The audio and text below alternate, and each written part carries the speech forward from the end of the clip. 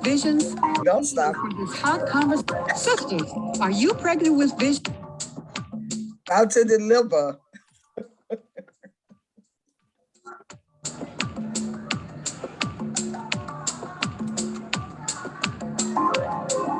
All right. Blessed day. Don't turn that music off. Just slowly turn it down because it is fantabulous. You all who are out there listening, y'all going to get a treat one day this week with that music. Awesome. We are a dynamic, blessed, and awesome people alive with power and energy. And when we direct that energy and that power to the highest part of ourselves, we can only reap what we sow, which is beauty and love and peace and joy and more power. Power begets power. Power is not defined as good or evil, it's how you use it. So if you use it to bring pain to people, then you will reap the pain that you sow. If you use it to bring joy to people, then you will reap the joy that you sow. This is not just philosophical thinking and philosophical thought. Just look at your own life or look at the lives of people around you, and you'll begin to see how it works. I have a book, many books, about 4 of them. This one is, I hope you all can see it, because I'm called Wine. I have to figure out left from right. Called Wine for the Mind. Mm-hmm. Can you see it? Right in front of your face. Yeah, there you go. Mm-hmm. Wine for the Mind. Mm-hmm. So I want to start this morning off with that. Everyone has their tea, I presume. You should bring your tea. Good morning, face. good morning, good morning. Good we morning. do this with our tea. Grand Rising. Grand Rising, beloved. Grand Rising. Ah. What's your tea, Queen Yaba? Tea, what's your tea? My tea is ginger with honey crystals mixed with turmeric and milk. The milk is, of course, almond milk. Mm-hmm. I don't know why they call it almond milk. Almond drink, almond juice. Almond drink. Mm-hmm. Sometimes I mix it with vanilla chai. Yeah. But for those who may not be familiar with turmeric, it is an essential herbal spice, they call it in India, that they usually get up every morning and drink this. It's a blood purifier. It helps to cleanse your various organ systems. And so I do it every morning. And within it, I have a couple of tea bags. One is green tea, and one is a name I can't pronounce, from China. But it's a blood pressure tea, they say. I had a very interesting meeting with a naturopath doctor that I know, another sister. I hope I get on our program one of these days. And she was telling me that what these people in the West call blood pressure is not the same for everybody. And she came right at me and she said, well, people who have Native American or Indian ancestors, they're going to have high blood pressure because they have what they call high blood pressure is their normal blood pressure. So, I believe it. Yeah. So, you've heard of that too, sister? Yes. Can you shed some light on that for us? You got some more? That's all I know. I don't know anymore yet. I'm working on it. That's all that I'm sorry, I'm supposed to raise my hand, but that's you took your camera off, honey. Oh. Turn your camera back on. Okay. There you go. That's all that I have basically heard. But in my own experience with blood pressure, I noticed that if I go in to the medical doctor to have it taken, I always ask them to take it on the side that I know my heart is on, because somehow I believe that's your truer blood pressure on your left. And us being female, and the left side of our body is the side that embraces the female. And it's always a difference between the left and the right. And I believe my left is my true right reading. So, You know, when I was I've always been in the medical field and worked in the hospital. Way back then, we were trained to use the left side closest to the heart. You know, they have excuse me, they have either side now. When I go into the doctor office, it's like it don't matter, and I let them know it matters to me. Yeah, it matters. Just because I can see the dynamics of it, and like you said, this is my female side, and the readings are different. When you take it in one arm, you take it in the other, the readings are different. But let me share my tea this morning. I'm having robust, Roy Boss. That's how it sounds. And it's a red bush tea that come from South Africa. And it's supposed to be 50% more than green tea when it comes to the antioxidants. And this tea here, it's a red tea, but don't get it mistaken, because in China, they have a red tea that is totally something different. But this tea here, like you talk about blood pressure, I guess we all on the same wavelength, because it helps blood pressure, it helps the heart. And I like the taste. The taste, it has an aromatic type, it's almost hard to describe. It's like an earthly taste, and with a hint of caramel and a hint of vanilla. I don't know. It tastes really good. But and it's caffeine free. That's why I say I search for everything that is caffeine free. It's good for the bones, the heart. And when I was reading about it, it said the skin. I said, hey, wrinkle reducer. Let's see. But it's good to alleviate pain, and because it reduces inflammation in the joints that lead to arthritis and osteoarthritis.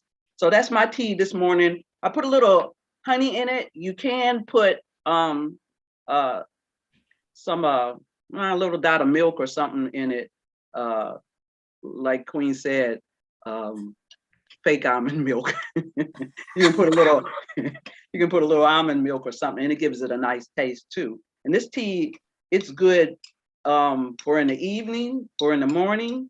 Oh, and I stuck a cinnamon in here too. Whatever I do, my business is called Black Pearl Botanica.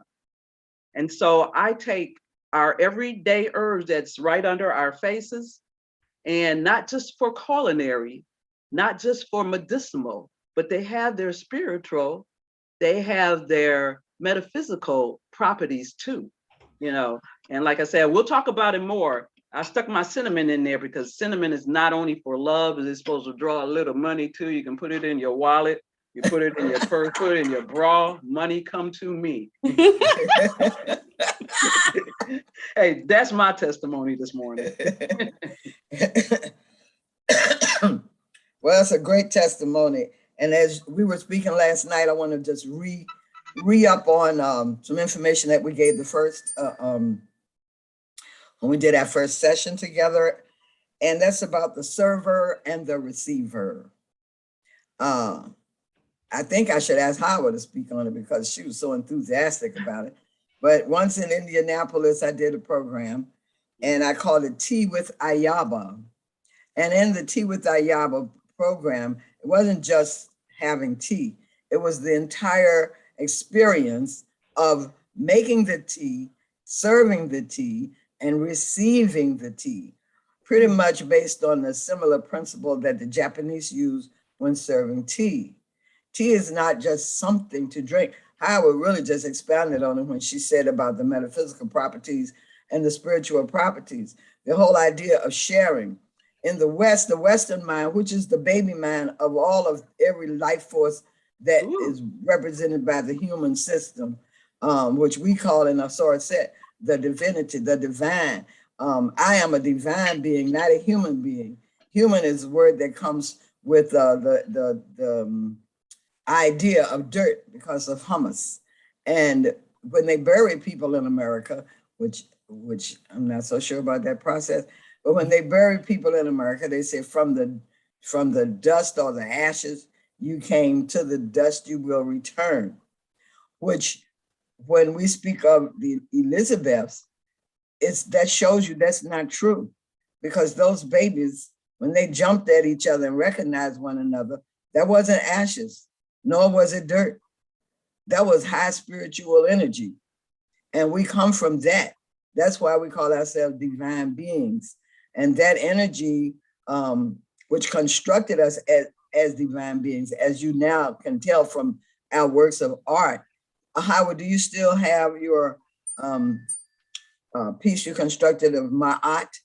The works of art, she's got some enormous pieces. By the time we get through this, in about 365 programs, you will have probably seen most of her stuff, and still not all of it. I got a different cup this morning that I made. Guess what? Our cowrie shells on it. Yeah. That is. And, she also makes sets of dishes. Yeah. Oh, she got it. Yeah. That's what I like to do. You go in the store, you see other people's stuff. You don't see our little symbols and our art. You know, it's getting better. It's blending because they know, how to tap into our stuff.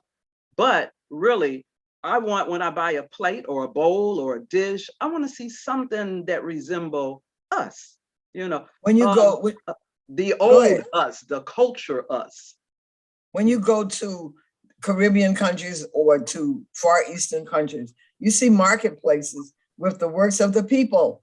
The works of the people. That's it. Write that phrase down, the works of the people. So I think that what we're doing with the Elizabeths might birth that also, because in every city, every state in the United States, there are beautiful melanated women who make magnificent pieces of art who are never seen, and nor is their work ever seen except by small groups of people that they know. So if we can even inspire people to do that, we can start the Elizabeth, what was that? What was the name? I told you, write that down. That store name. The arts of the people, the works of the people. And if we maybe even start an inspiration of chains of stores of people who are able to create, and people can come in and know when they come to Detroit, they're going to go to the Elizabethan, the Elizabeth, I don't know what to call it, creative center where people can come and bring their works of art. And you know what I'm saying? And I was just thinking, Mama, when you were saying that, I was thinking about the book, Chicken Soup of the Soul.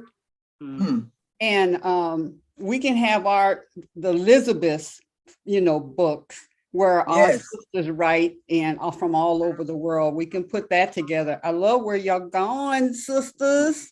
Well, because art is. We don't. Wait a minute, Howard. Wait, Howard. Wait. We don't know where we're going. We just ride. I know, right? Just get in the car. But this is called a conversation. And then switch to the plane. That's right. But you know what? This is the morning show with the conversation. The conversation not just fixed on one thing, because we're everything. Yeah. And that's the way I feel about art. Art is not just one thing. And that's the way I used to teach my children in the classroom. I say art is everywhere and in everything. Because I get my guys that will grumble coming in, got to do art, it ain't cool. But once I get them to put their shoe on the table and we break down that Nike, they come to realize you had to draw it out. You had to throw it away. You had to use your head. You had to think, to create, to design, da-da-da-da-da-da. Then next thing you know, they were all drawing their Nike shoes and proud of their work. But it's a stepping stone. It's everything. Like Queen said, when you go to other countries and you see all this beautiful pottery on the side of the road, it's not just art. It is a figment of the people. It's functional art. Yeah, and not only that, it tells a story. It talks about them. It's not just anything random. So that's why I got started, because I wanted to see me. I used to get people bring me their little Christmas toppers and paint them that look like us, and that gave me the idea, like, oh, no, we need more of us. We're everywhere. But I want to inspire. Go ahead. Sorry. No, I would just say, but if we don't cultivate it, it dwindles by the roadside. And then somebody else will find the value in us and take over and sell us, make profit off of us while we still on the side of the road. Broke. Well, that's why we're giving birth to this idea today. And every day that we are here and we have these free open conversations, you're going to be giving birth. Your mind is going to birth some other idea. And we need to have your pencils or your pens, your books, and write them down. We're not going to allow these ideas to come forth. There you go. There you go. I see we got homework. And not manifest. One of the reasons why the others, the antithetical people of us, make progress with the things they do is because they have an idea and they immediately go to making it happen. You know, now we can say, well, they have more opportunities to get investors, but we don't have to create any excuses. We are the divine mothers of the universe. We can call forth whatever we need. The fact of the matter is that through these negative experiences, horrendously negative experiences, our ancestors endured in this place and continue to endure. We've lost sight of the ability to just be one with the God self. So it's just a matter of waking up that part of yourself, that fear and anger and hostility and self-preservation has brought to our life experiences. I don't even know what I'm saying, but it sure sounds good. Okay, now. Glad we recorded it. The server and the receiver. So we're really still in the vein of talking about the server and the receiver, because number one, when you're serving, you're also receiving. Can you understand what I'm saying? As a musician and anyone out there who's created ever anything, you know, many times you're not sitting there and writing it out. You might have done what people call accidental. Oh, I didn't mean to put that much such and such in my soup. Oh my God, my soup probably ruined. And then you taste it and say, oh Lord, have mercy, this tastes delicious. So we are continually being served by the spiritual or the invisible side of our creation. And we're continually serving because we transmit that down or over or into other like beings. When I say like beings, I mean people that got a head, two arms, you know, the body that we have. So if there anybody want to jump in, you're welcome to jump in, because this is for all of us. This is not just for Howard and myself. That's right. This is an open conversation. This ain't stiff. We want you to speak freely. And hey, like we sitting on some pillows. Around the coffee table. Yeah. Around the kitchen table. The kitchen table. That's where we sit. So so as you receive, you're also serving. I don't know what happened. I did not do anything to anything. So as you receive, you're also serving. The server, in the eyes of the person who's serving, they think they are the giver. The receiver, in the eyes of the receiver, thinks that person is receiving. But the way you receive is also giving. Think about that. You want to give something to somebody, and you'll think twice, well, maybe she don't like that. I don't think I'll give her that. But that's not your decision to make. If Spirit tells you to do that, there's a reason why that person has been designated by Spirit to receive. And the person who's receiving has the opportunity to receive with joy or not. So one of the drinking, I'm not jumping around, but it sounds like I am. Receiving the tea also is how you drink it. You know, little children sometimes will push something away and say, I don't want that. And that's an opportunity to transmit your spirituality into the child. Not, well, why you don't want it? Children don't know the answer to why. They haven't lived long enough. Why you don't want it? Why you not gonna drink it? No, you say, okay, listen, I can understand you're not wanting this tea. This is a totally new experience for you. Let's deal with this experience as a new experience. every opportunity to teach. We who are Elizabeths have to give birth to the experience of the opportunity to teach. Y'all get what I'm saying here? So we spend too many times on the short end of our nervous system. I've got so much to share. Let me move on because I'm gonna go off to the other side of this thing in a minute. Hey, Queen. I'm not gonna go left this time. Queen. What? We got Tiffany. Good morning, Tiffany. Where is she? There she is. Well, I'm looking in the chat and Mama Hetaru. Good morning. I appreciate you. You know, it's like Juanita, good morning. I appreciate you. Just checking on the chat. So we want to make them feel warm and fuzzy and all that other stuff. Well, you're a Taurus. You're a Taurus. You're doing your job. Hey, this is my month. This is my month. Don't start me on not my day. This is my month because my mother had to go through some stuff to get ready to deliver me. This is my whole month. I celebrate May from the beginning to the end. Hey, at the end, you're gonna say, "Oh my goodness, here she go again." But yes, it's May. This is the re-earth, my celebration to being allowed to come through that portal. To do what Tiffany is in there with you. Tiffany, this is her month too. I hear you. Yes. See, I'm toning in Mama Hetaru because I'm Mayat Hetaru. I hear you. Oh y'all creative people. Het Heru. I don't know if you know it, but Het means house. And of course, Heru is the power of the will to express itself. So Het Heru is the house of Heru. And let's break that up to another. I'm gonna get back to what I was talking about because all of this is the same thing. Now we're acting out what I was talking about. So Het Heru means house of Heru, which means what? The house the man dwells in. See, and these little principles, these little things that we don't express or maybe not aware of are the things that we need to be aware of because then we can live the consciousness that we know. I hear a lot of people using that word. She's a conscious person. He's conscious of what? What are you conscious of? Because the most primary thing that one must be conscious of who claims they are conscious is the reality of the invisibility of your being. If you ain't with that program, then you have categorized your consciousness. We are sitting here espousing knowledge and wisdom and joy and peace with one another, but you don't see it. That which coming out of your mouth is not visible to your eyes. Right or wrong? So that's right. One of the primary consciousnesses we need to have. That the very breath you breathe is the God you serve. So how do you serve? Wow. Go ahead.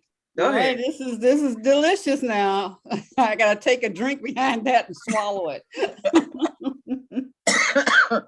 Y'all can unmute yourself at any time and pop in and join in. You know, you don't just have to put it in the chat. We want to hear your voice. Because I got a pen. I'm gonna mark where I was so I don't get lost in my own self. So the idea of serving another person is serving God. It's serving the energy that dwells within you. You're not just serving this box that your spiritual energy is in. That's right.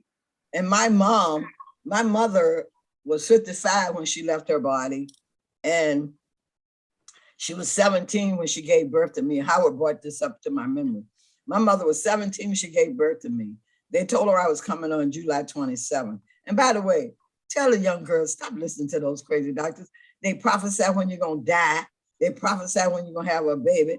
They cursing you in so many That's ways. right. They feed that stuff in your mind. Go ahead, what you want to say, darling?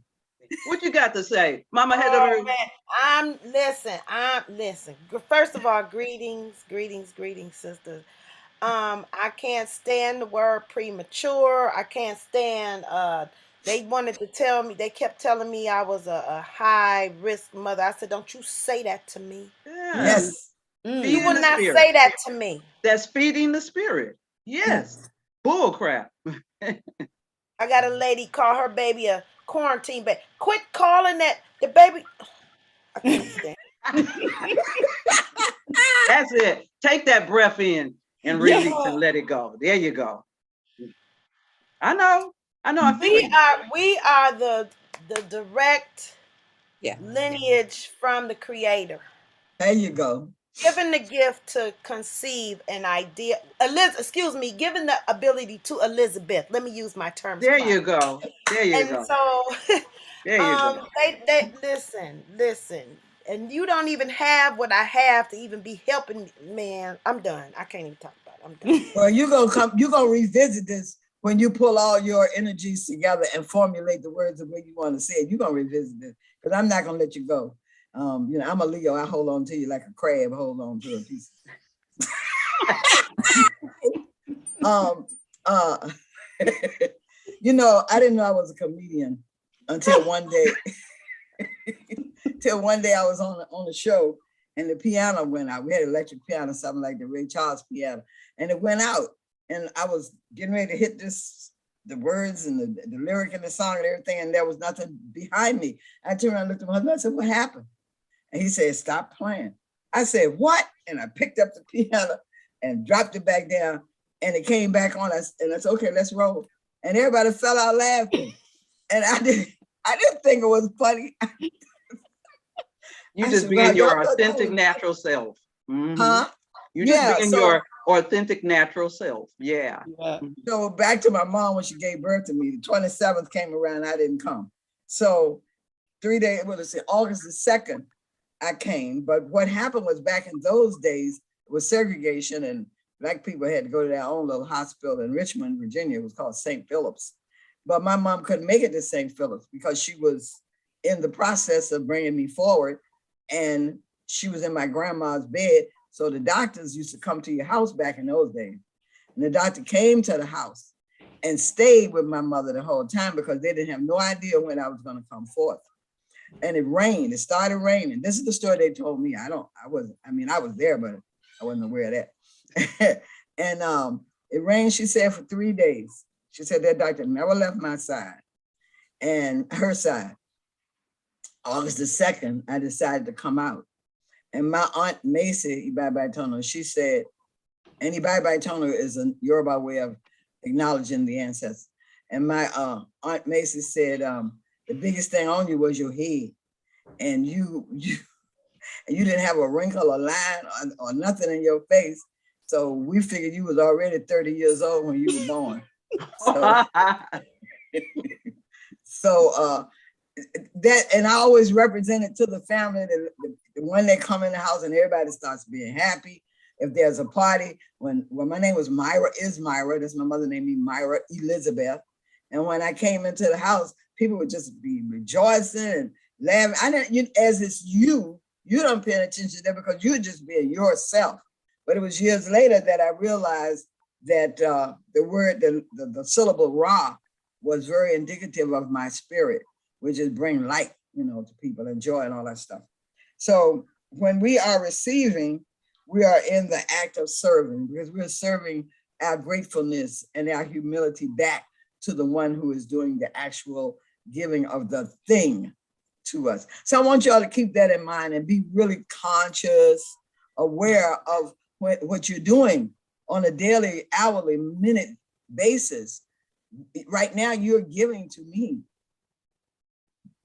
and I'm receiving it. And I'm giving to you and you're receiving it. As a matter of fact, Aduna, you might want to think about this. When I used to perform frequently, at the end of the show, I would give the audience back their song. I didn't just bow and leave. I said, oh, wait a minute. Y'all gave me a song and I need to give it back to you. So I would make up this song. It would come out. I wouldn't make up nothing. The Spirit poured it out of me and I opened my mouth and it came out. And so then afterwards, they want to ask me, do I have it recorded? I said, did you not hear what I said? If you want to record it, that's something you will have to catch right after I say, this is your song, I'm giving it back to you. And I have to say, some of those songs were awesome. I kind of wish I had recorded them myself. But the spiritual, sometimes when you try to record, I don't know if you've had this experience, but sometimes when you try to record spiritual moments, they don't come out on that tape recorder. It's like, this is for you, and this is for this moment. Yeah, only for them. Yeah. That's beautiful. I want you to, I'm throwing this ball at you because I know you have this experience, and everyone else, you don't have to trust it. Okay, how can I put it? I grew up in the church. All of us grew up in the church. Everybody who Black and grew up in America grew up in the church. Even if you're Muslim today, your mama was. So we know that. I did some research on the church, see, and prior to what the church has now become, because back in those days, the preacher said he was called. He was not educated. He didn't have to go before a judge and make no oath about what he was going to tell the people. He was called. He was called. And when he preached or when he taught, he delivered the word that was rising up inside of him and come out. He wasn't dealing with something he learned in seminary school. See, so we're living in a time now where the church has become an institution of influence. I've got to pick my words right. An institution of influencing people to behave a certain way. When the church manifested on the plantation, it was a symbol of liberation. It was rescue. It was a place where you went for divine rescue as you made plans to get off that plantation. It was your liberation point. It was the rock of your salvation. For real. It wasn't no lyrics in a song. And so we've lost our people. I haven't. I'm sure many of Elizabeth's people haven't either. But many of our people have lost that knowledge of what the purpose of the church was in the first place. Now today, the church has become what they call a religious institution. The fact that they even use the word institution is oh, Lord have mercy. Don't let me go crazy over here. I'm just loving this, and I don't want to, say nothing gonna hurt nobody's feelings or make nobody feel no way, because nobody could have been in the church more than me. I'm here to tell you, just like eating meat, nobody on this set ate more meat than me. And I know it for a fact. My mama used to buy 2 packs of pork chops, one for the family and one for me. Oh my goodness. Family and one for me. I hate to acknowledge it, but God already knows. And when it came to pork, oh Lord, chitlins, the worst thing in the world you can put in your mouth. That's why I know we're crazy. You can say all the stuff you want to say about yourself, but if you eat something that has fecal matter in it and you think it's delicious, you're crazy. See, so I was real crazy. So, but it's what they gave us. It's part of the assimilation process. It's part of the degradation process. Yes, we have hands up, Howard. You see the hands up? We have Nawili and Monty's iPhone. So I just want to chime in. That's Razia. That's Razia. So go ahead, Nawili, go ahead and share. Okay. I just wanted to chime in about my tea. Thank you so much for the gift about giving and receiving. So today I'm drinking white tea, pear white tea. White tea being one of the, I'm actually allergic to caffeine, but white tea is one of the least caffeinated ones that I can tolerate. And you know the benefits of the green teas. It's the same kind of vibration. And the pear is great fiber. It's also great, again, for blood pressure lowering, heart immunity, has lots of vitamin C. One of my favorite teas. So I just wanted to share what I was drinking this morning. Oh, thank you. We need to hear that. That's beautiful. Looking like a little girl. And we can actually, brew this ourselves, so I can post the recipe another time. But on that note, our body calls us for things that we need, and you don't even know it. Oh, I got this craving for pears. It's the body calling you like, hey, we need some pears, you need a little fiber. We just have to learn to listen to our body, and because I had my mind to fix a certain tea, but my hand reached up and I grabbed the jar of Robust, and I said, I didn't want that tea, but I fixed it anyway. And apparently something in here needs it or wants it, craves it. It's amazing how we fix ourselves. You know. Razia, yes. Yes, Razia. Yeah. Yes. Well, it's a joy to listen to you two sisters. I am just remembering in South Carolina, as you approach going south and you get all the different roads in South Carolina going to deep into the Gullah Island, the Hilton Head residence and all. There are people along the road. I mean, just whole families, and they're sitting there making those baskets. You can stop, talk with the artist, and it's a family thing. Yeah. One of the sisters that was traveling with us one year walked up and she says, "Oh, I want to learn how to do this. Could you teach me? Could you teach me?" And a brother that was at the table walked up and he said, "This is for family only." Yes. And the sister was like, "Oh my God." And he was very, very stern, very serious. And he was saying, this is the way that our family will survive. This art is our bread and butter. Wow. So we are not sharing it with everyone. We're not doing classes. We want to pass this on. So you see those little ones there, and he had his little babies. They were sitting at the table too. The whole family was out there working. And the babies, you know, we kept, the mothers were out there making baskets. And I'll never forget that. And whenever I go south, I try to plan time to be able to stop and just visit with them. Just let them know that I appreciate that art that has been passed on from generation to generation. And it's a rejoicing to my soul. Yes, ma'am. For those that just chiming in. Thank you for sharing that. For those that just chiming in, she's referring to when I was talking about what I do and why I do our art. And she's right. That same thing with medicine and rituals back then. They didn't teach class and share it with everybody else. They drawed it in for their generation to generation to generation. Razia, I appreciate that, because that just gave me thought on, you know, how to keep it within the family. Well, you know, that brings to mind. And we're family. Well, that brings to mind the tribal situation, because tribes are families.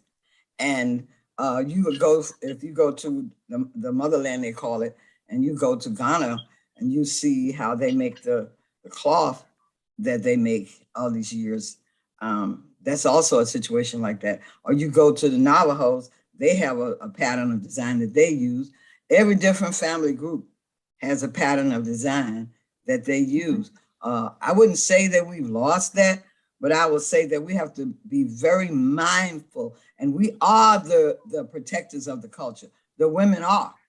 And we have to be very mindful of what we're doing with our lives, especially us mothers.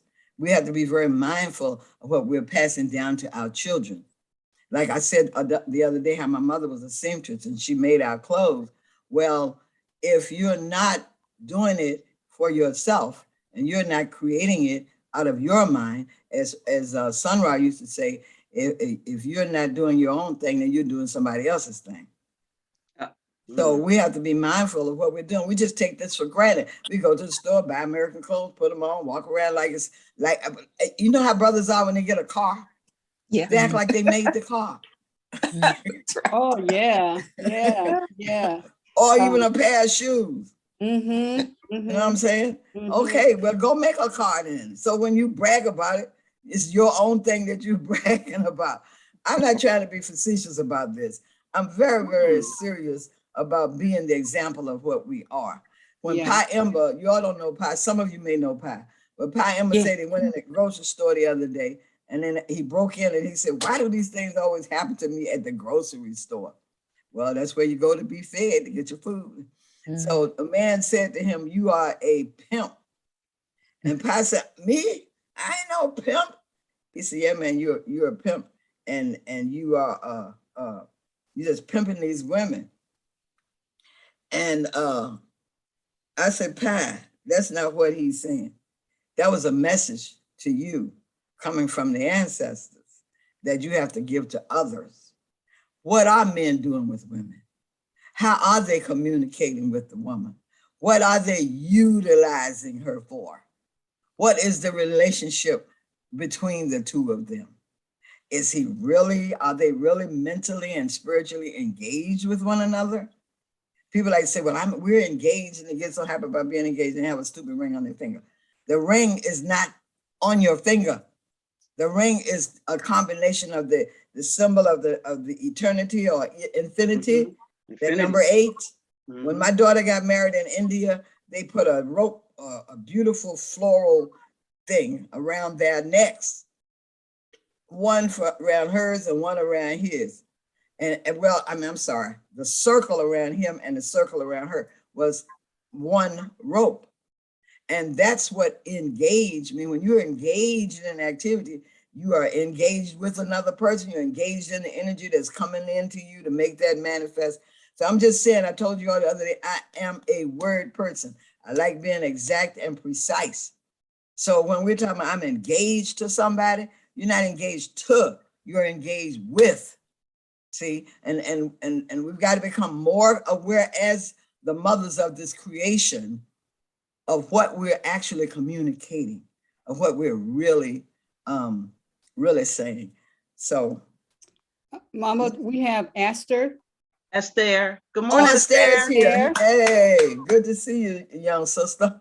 Talk to us, sister. Share. Good morning.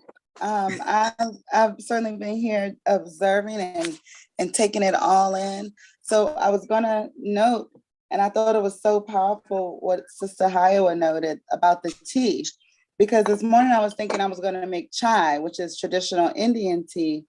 And, it's the black tea. You add cinnamon, and you can put nutmeg, lychee, which is cardamom. And I was gonna, make it. But then when I actually woke up and I went to start the process, I was drawing a peppermint tea this morning. All right. So it's basic peppermint, but it's delightful. And so it must be something that I needed in this cool weather. But when the sister was talking, Mama Razia, I think, was speaking about going down south and seeing and having the families work, traditionally. It reminded me, I too, when we go down there, because I'm in the mid-Atlantic. So when I go down south, it's always pleasurable, and we want to extend our road trip to, kind of stop and see everything. But when you were speaking, it reminded me of a family that I know in Nigeria, where the man is, he's a spiritual leader, and they call him a Babalawo. But his whole family, he has sons and he also has brothers. They're also learning that tradition, and they keep it in the family. And so his father was he's still alive, but the king that he worked for, or worked with rather, he was a Babalawo for him, and they're learning it orally. So, I'm sure they take notes here and there, but they're learning as he does it, and they're passing it down. So that, sparked my thought process about it, as well as, sometimes we also see it when we have families. I'm looking at the cooking show, and they show that, like, let's say the mom, she was a chef, and then her children are also, cooking in the kitchen and owning and running their own restaurant in our families. So, it sparked a lot of thought about things that I've also seen, and it's critical to continue to pass on that tradition. So it builds your family history and longevity. Right. Yes. That it reminds me of the time we need to take to sit down with our children. People run in and out on the cell phone, run in and out, turn on their TV show, run out. That is the culture we now practice. As much as we might not want to acknowledge it, but what you do is your culture. So the women of the family, like our grandmothers and great grandmothers used to do, we have to set these children down. And when I say children, if you brought them into the world, I don't care if they're 50, they're still your children. And you have to sit them down, and we have to begin to formulize the methodology that we choose to use to pass this knowledge down to our upcoming generations. And speaking of an upcoming generation, Aster is our invited guest today, and we're so happy to have her here. As Aduni charged us with the responsibility of having an elder and a young person. So she's my first young person. Although to my Aunt May, who was 105 when she left, 104 when she left this world, she said, "Well, how old are you now?" I said, 67. Oh, she said, "Oh, you just a baby." That's right. That's right. So Aster, I asked her what would she love to share with us, and I thought what she wanted to share was actually just exceptional. So should I ask you the question, or would you like to share with us first and then just take it on from there? Aster. You can certainly ask me the question. How did Aster said she wanted to talk about how did we show up as your authentic self in the workplace? I said, wow. And so my question was how to be authentic. How do you be authentic in the workplace? How do you represent your culture in the workplace? How do you be your true selves? Yeah. Mm-hmm. Say we wear this mask. We wear the mask. Mm-hmm. Absolutely. I think there was a period of time where folks, talked about that and felt that they were going, at work they were one person and at home they were someone else. Can you all hear me well? Yes. You have a light you can put in front of your face? Next time, go ahead. We can hardly see you though, but go ahead. Yes. And so when we were talking about, culture and feeling like yourself or being who you want to be and creating your own culture based on what has been established in your family and your life. My background is in human resources. And so in thinking about that, I said, well, a good thing for us to discuss would be bringing your authentic self to the table at all times.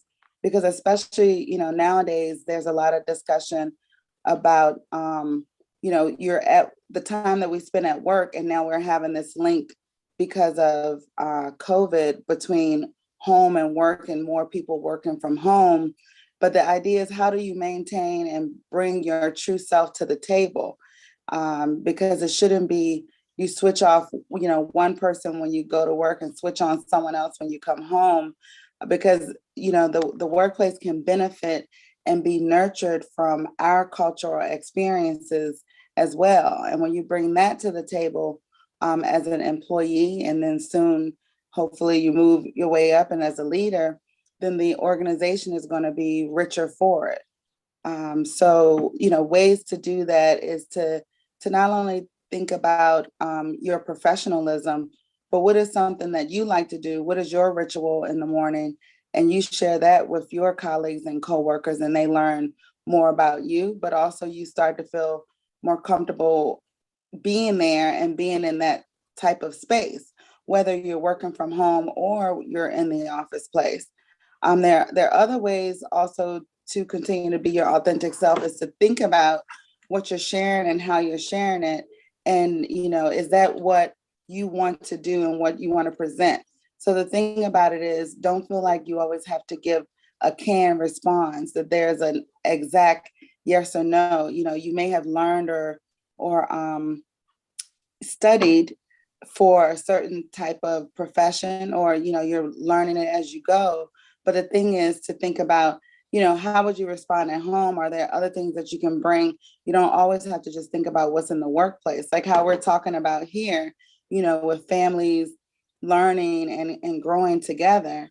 You can also bring that to the table if that's part of your cultural package. So first of all, you have to look inside and know who you are.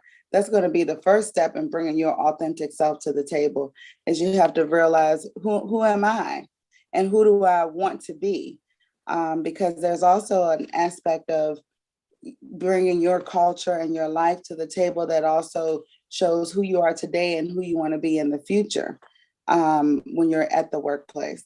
So those are some of the things that, I think it's important. You first have to do that self-reflection and self-discovery through whichever method you choose.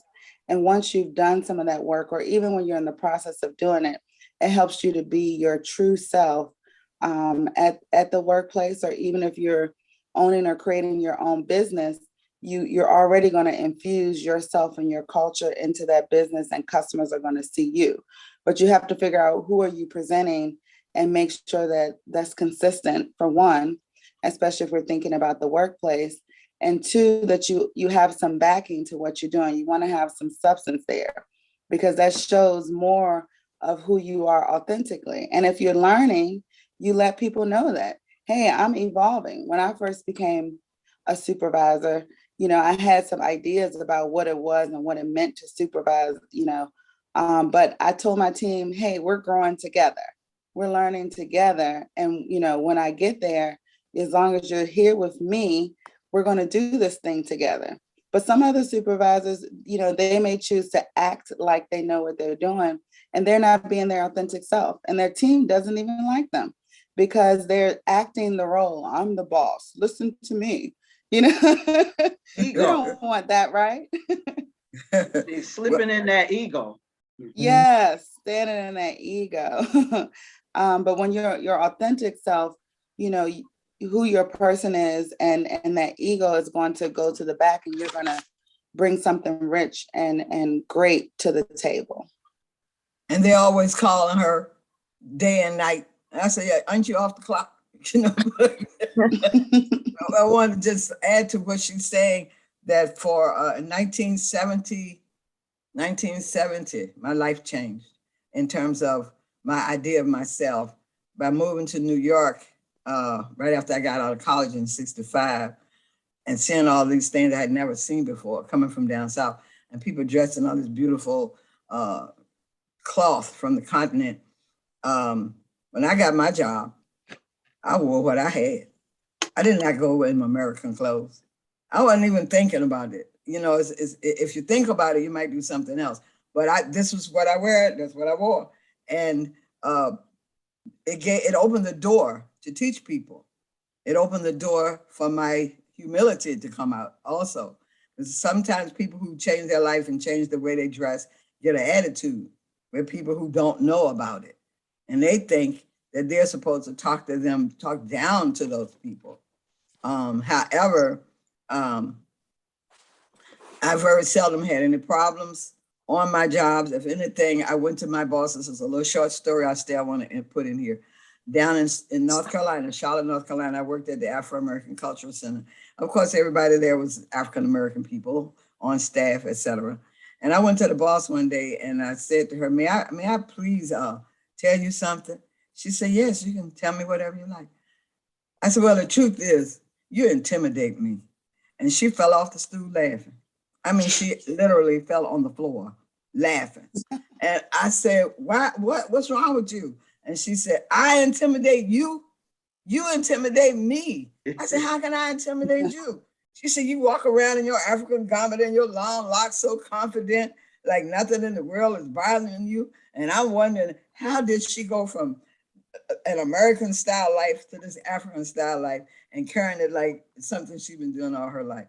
I had no idea my own boss was intimidated by me, but you don't know until you communicate with people. And that opened the door for her and myself to have this very open conversation about Africa and African culture, womanhood. I mean, we just went leaps and bounds. So that's what I wanted to say. It gives you an opportunity to share not just your authentic self, but how you got there and everything.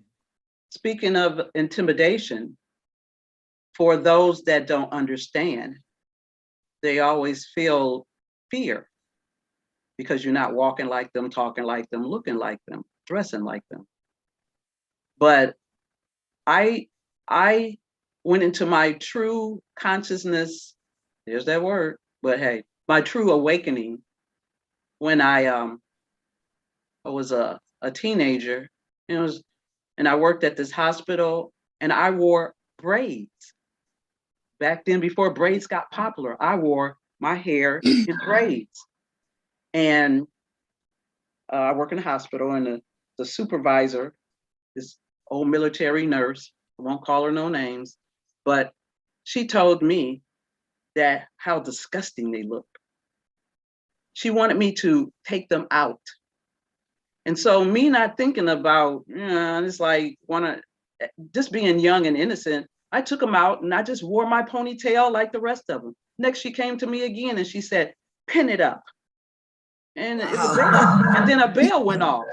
Here I'm sitting among all these others with ponytails, because working in the hospital, we had to at least have it nice and neat and professional out of the way. And so she told me out of everyone else to pin my hair up. And like I said, a bell went off and I'm looking around at everybody else with their long hair hanging their ponytails.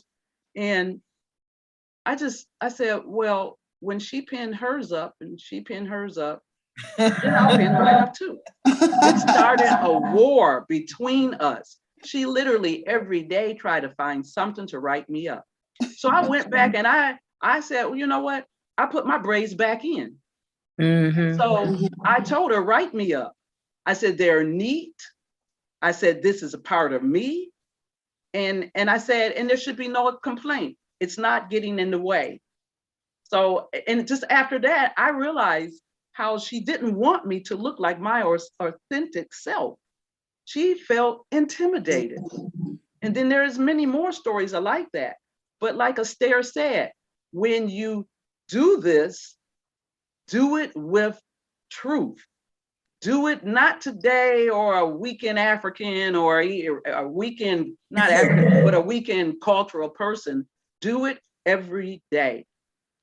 My mother-in-law, she asked me one time, she said, how do you feel looking like that?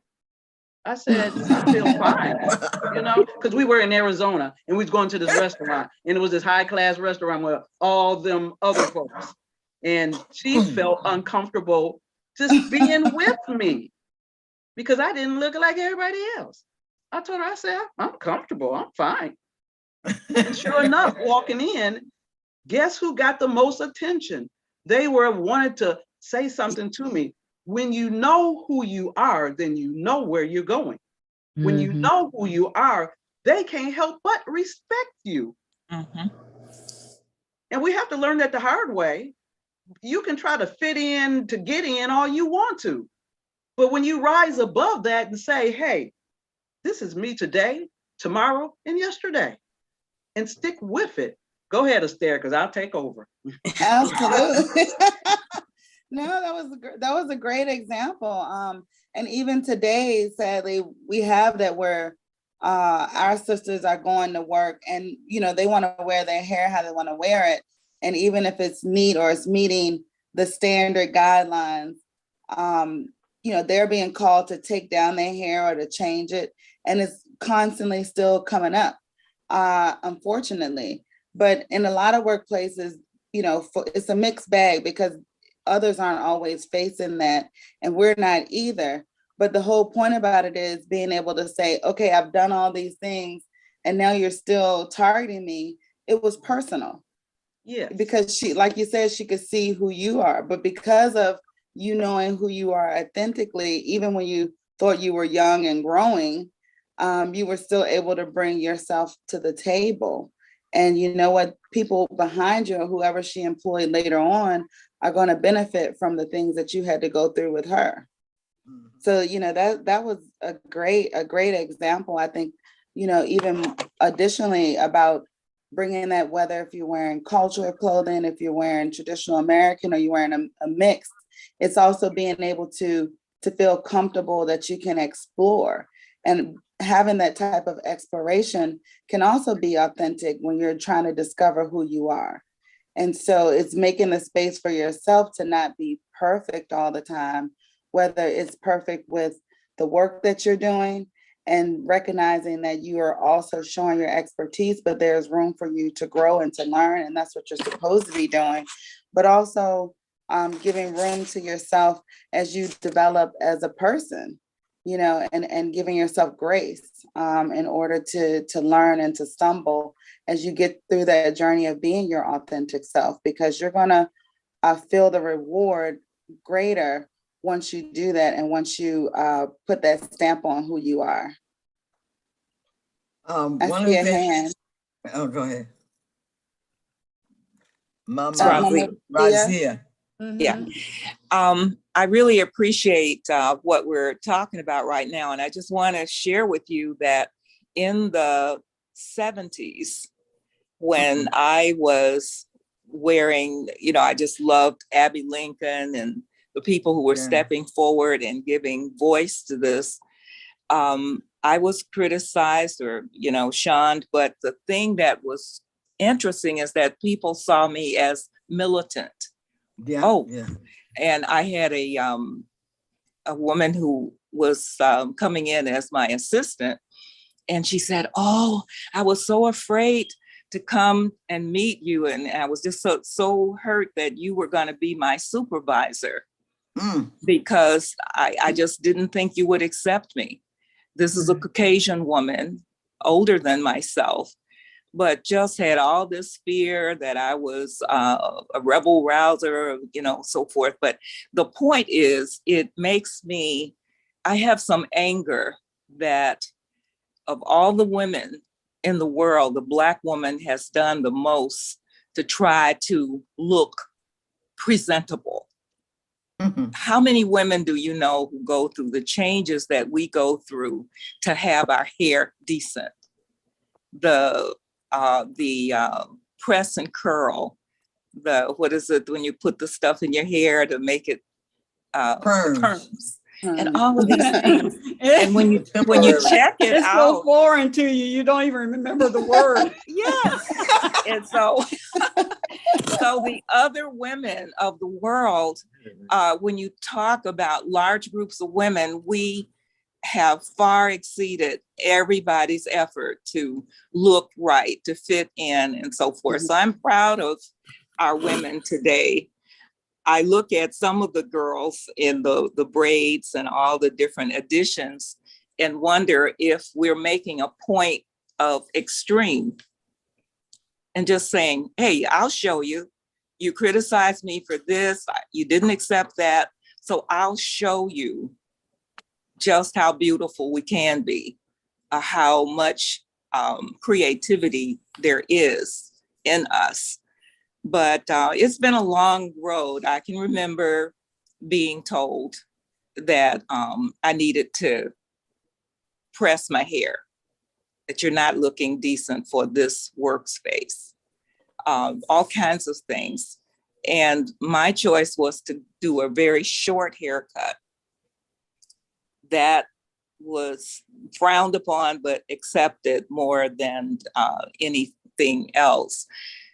There was also a time when we were not able to wear earrings. The earring like this. That's true. They said, oh no, you have to wear pearls or something really tiny. And all of those little things and we're just proud of each other that we've come this far in being our authentic selves. And let's bless it and realize how important it is. The women of the 60s and the 50s, I remember it was about 3 years after I had been wearing the locks.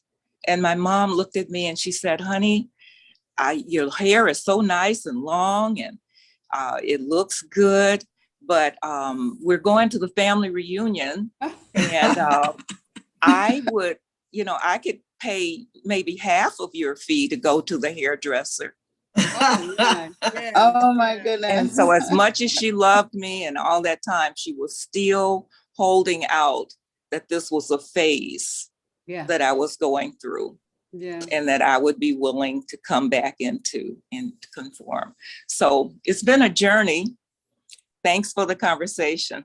Yeah, being in the natural hair industry, for you who don't know me, I've been in the natural hair industry and I am a pioneer. a master pioneer in that area. In other words, when it first started, I was in the fight for freedom. I was in the fight for our own expression. And I remember when I got my sister locks, and my aunt was, she didn't really like that at all. And so she was in the hospital one time, and I came to see her, and I put my head in her lap. And I said, now touch it, play with it. And then I told him, I said, you better not like it later on, you know. So yeah, I wanted to revert back to when Mama Ayaba, I don't know why. That's okay. Call me whatever you like. Ayaba. Yeah, because I attacked the Bay on there. Mama Ayaba. She was talking about the music and stuff, and our children, and being authentic with them. So my little 5-year-old great niece, when she was over at the house, we had a time to bond because the other children had gone to sleep. And I was saying, you know, do you know that your family owns the salon? And she's like, do you know that we are on the website? We have our own website and stuff. And I take her there to see that. I said, do you know that me and Uncle Philip, we have our own music and recording? She said, because she said, I like music. And I said, do you know that we have, and Uncle Philip, what he does and all that kind of stuff, right? And so she said, I like music and stuff. And I said, well, you know, let's create a song. And she went straight to some singer that's a white singer, young girl. And she said, I want to sing. And she's bringing it up. I said, no, you're going to create your own stuff. You're going to talk about you, not about her. She's already done her thing. And so we go into, making a song. So she's into it now. She wants to do videos and stuff like that, right? And so I have to share this with you because she sent this to me because she created a song. And this is going to be so sweet. I want to share this. May I? Yes, please. So this is Miss Maddie. So she sends this. On you, everybody keep on eyes on you. Everybody be on your side, want you. Everybody be on your side, want you.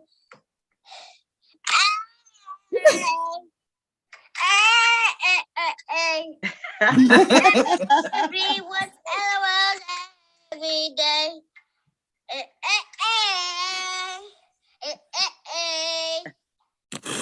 Everybody like love well. Love well.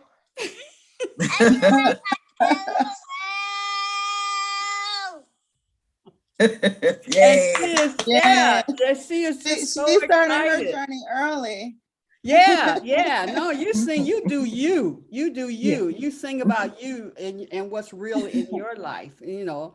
And so I'm just so proud. I told her, I said, you know, Fame is going to find a beat for you, and Uncle Philip's going to put the music for you.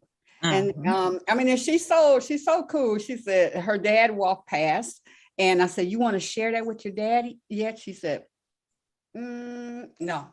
I said, good. Okay, we'll wait till we finish it or get further along, then we'll share, and then we'll share where you started at and where you are now once it's a little recorded and stuff.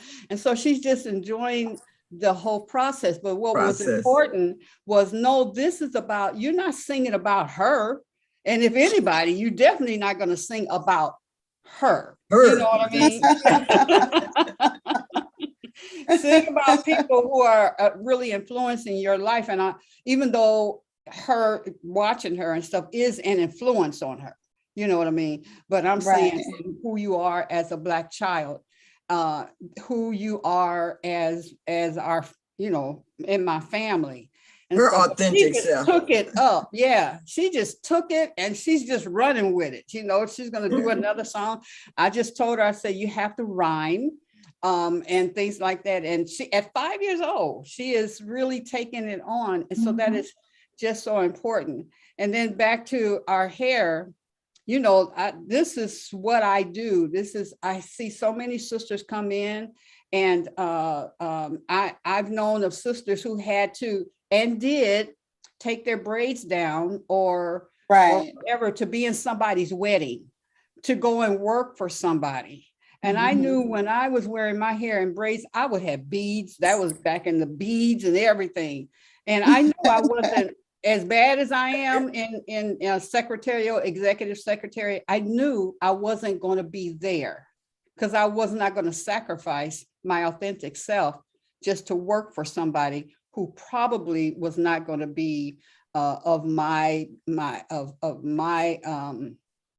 weren't going to be Black. They weren't going to be probably not even a woman and stuff like that. Not that that matters, but yeah, I knew what I was supposed to be doing. I knew what I was good at. And I knew that if I go and be an executive secretary, when I got home, somebody would be sitting on my porch ready to get their hair braided. So I knew I just needed to go ahead and surrender to the whole process of what my family is supposed to do. And let me tell you, when I use the word suppose, there is none of us wanted to do braids. My whole family we're in this industry. All of them run the shop and so on and so forth. But only one was, that is what their passion is. My sister Dora.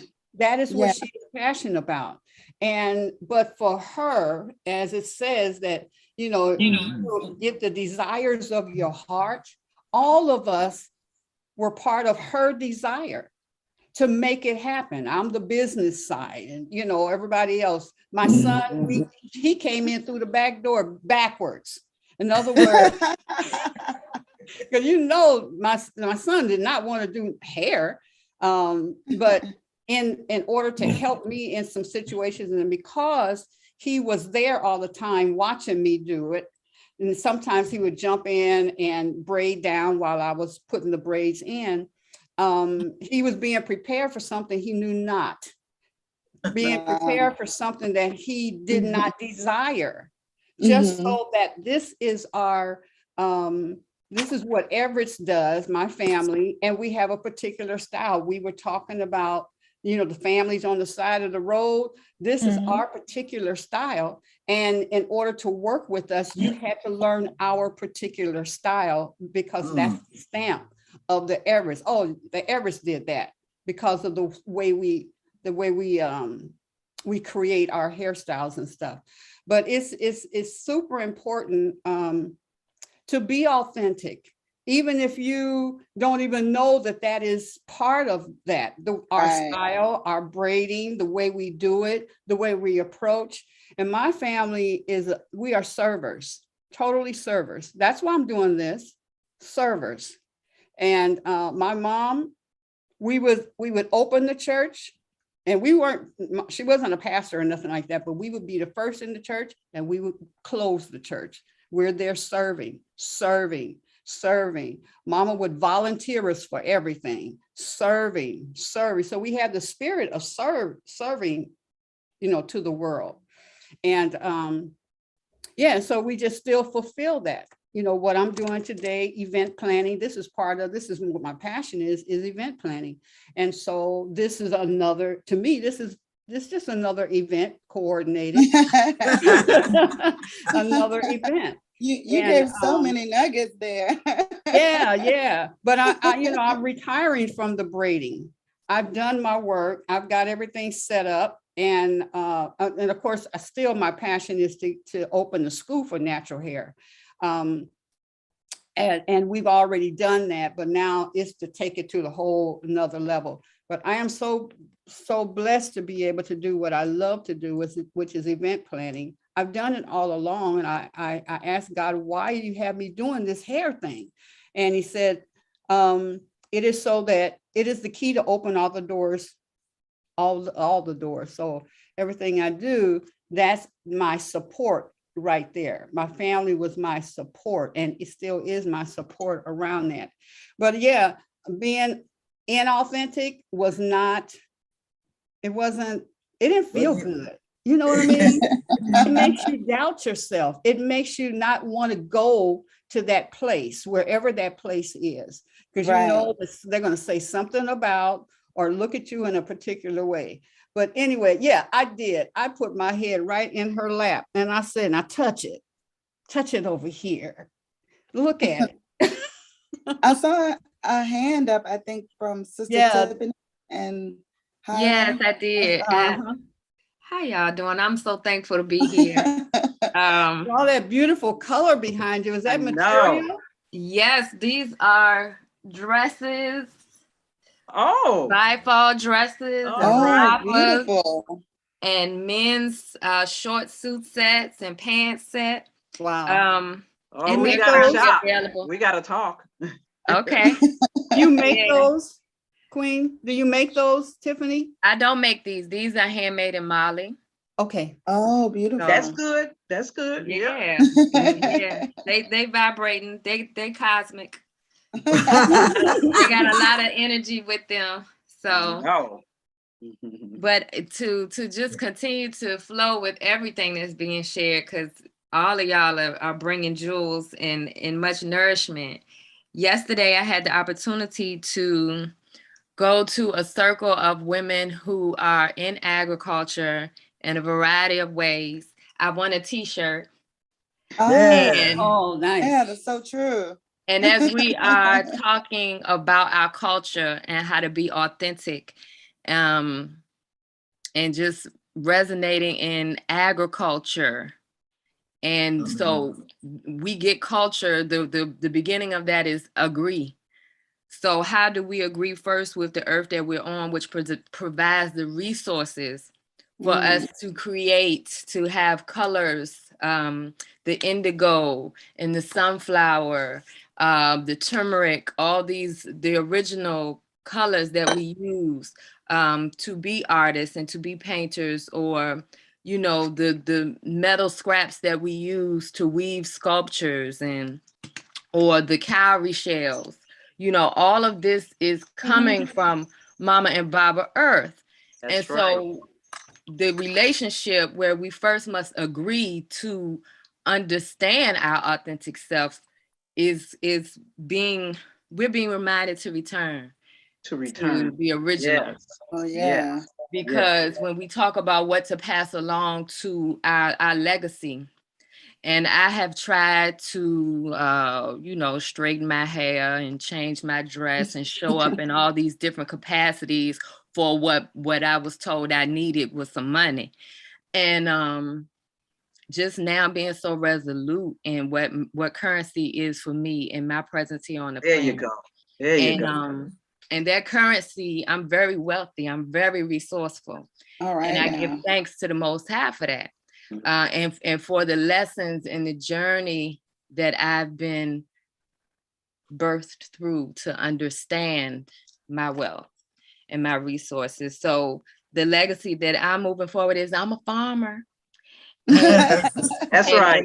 That's what I'm bringing my family. So, you know, we starting off with a mini farm, Butterfly Garden Farms, and we are curating space for ceremonial gatherings, and understanding that the ceremony is us joining together, 1, 2, us singing the songs that are within us together, and making use of the rhythm together, and us visioning our future together in connection with the land, saving seeds together. If you're eating organic, save your seeds. Plant some seeds just because, you know, wherever you live, if you got a little small pot, just planting seeds, and let that also be the symbol of whatever you're sowing in your life, even if you're not ready to water it. I'm just learning. I'm learning through this. Like I said, say that you're learning, you know. Yeah. I'm learning. So I'm amazed. I planted some seeds the other day. I didn't even water them yet. And I came back and I'm like, y'all sprouting? Okay. So Tiffany, where you at? I'm in Chesterfield, Virginia. Okay. All right. Yeah. Virginia. Wait a minute. Excuse me. What's your name again? My mom and daddy named me Tiffany Bryce. So the work that I'm moving forward in, the Most High saying resonate in the numerological frequency that you were named. You know what? I was getting ready to say, you remind me of a sister's name, Amir Man. You just look like her, you talk like her, the way you make it. And then you come up here with this farm thing. Girl, you didn't tell me you were coming up in here today. Yeah, I did. I text you and told you what's happening at Carter Farms. So right, you did. Yeah. So what happened yesterday was at Carter Farms, and he's all about Afroculture.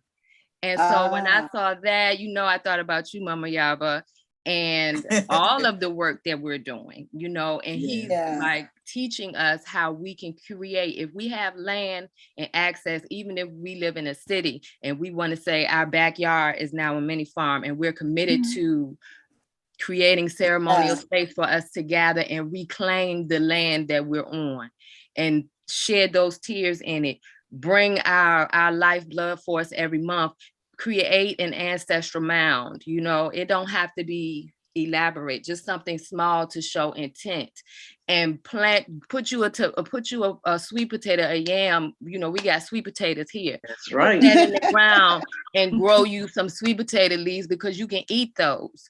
So even if you don't have the space where you feel like you can't cultivate no collards or any kale or any brassicas or any of the cabbage, broccoli, those kind of things, you got access to a sweet potato. Put that in there and eat them greens. I'm telling you, the pandemic, it really was in our favor. It was. That's another whole subject, but it was in our favor. It's like Mother Earth.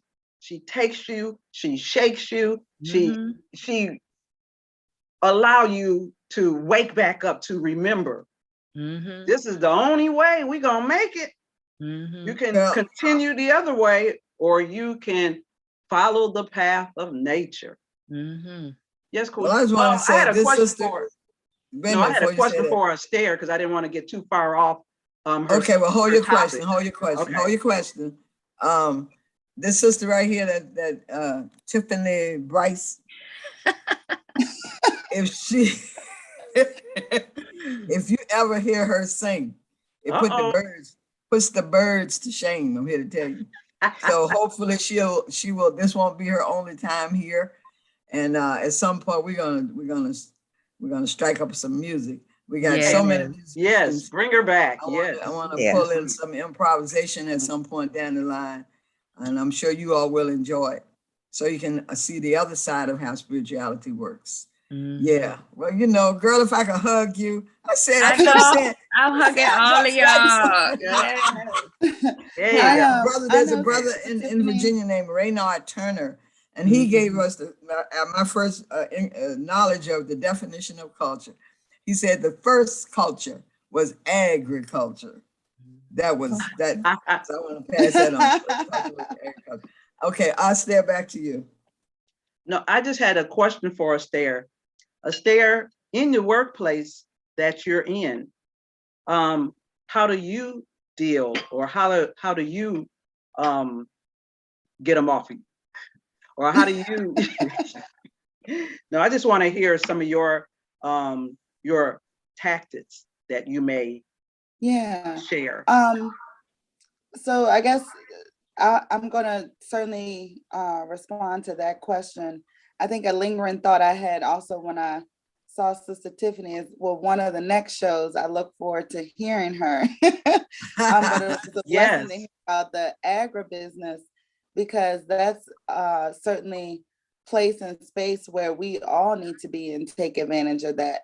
And not only thinking about it in terms of, our people, we think about agriculture and farming, it gives, flashbacks to that negative aspect of our life and our history. But the important part about it is property. We own property, and we made food and cultivated and built our lives, which for me, I think it as the agribusiness, the business part about it. And that's a whole nother aspect and certain conversation that we can have in terms of, you know, bringing myself to the table and making sure that I stay there is strategic. I play the long game. And so it's not going into your emotions when people say something about your clothes or your hair or even your responses, because the way that you can be targeted sometimes when you're being authentic is, you know, people want to rephrase what you say. So you meant to say this. No, I said what I said, and that's what I meant to say. So it'll be, you know, oh, thank you for that comment. What I was saying is, you know, and you repeat yourself because you want to make sure your voice is heard at the table, not someone else's voice. And you do it in a kind way. So, you know, we're talking here. And so my mental thought is, I said what I said. But what might come out of my mouth is, oh, you know, thank you, John Doe, for further explaining that.